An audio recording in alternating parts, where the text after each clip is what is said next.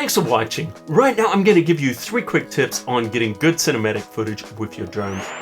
Number 1 is audio. If you ever listen to it without the sound, you're really missing a lot. So what you want to do is capture environmental sound. So, bring a recorder with you, even use your phone, whatever it takes to pick up that little bit of audio and add it in there. And the other thing is mixing it with just the right music.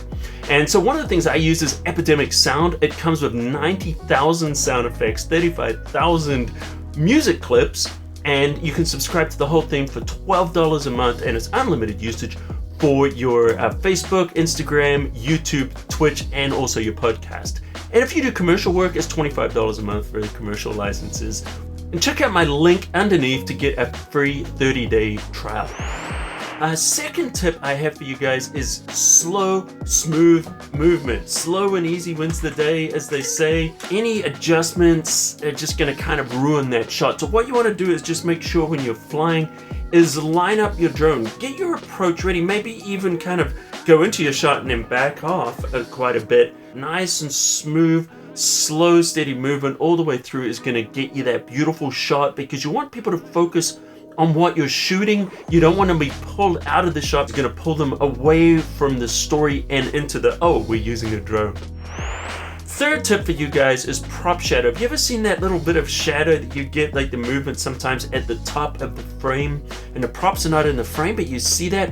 What it is the sun coming through, and as the props are spinning, the sun is coming through and putting the shadow of those propellers on the top of your frame.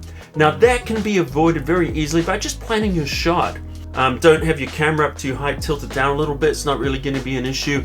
And then also watch the angle you're approaching, that shadow from that prop is not going to come down, particularly when the sun gets a little bit lower in the sky. So sometimes that means planning a shot. If there's a building or something you might shoot either in the morning or the evening to plan that shot, so you can avoid the prop shadow and also get the best light. So typically when the light is kind of coming facing your subject, it's going to look a lot better than when it isn't, unless of course you're trying to capture the ball of the sun. So anyway guys, I hope you enjoyed this. Let me know in the comments underneath what you thought of it.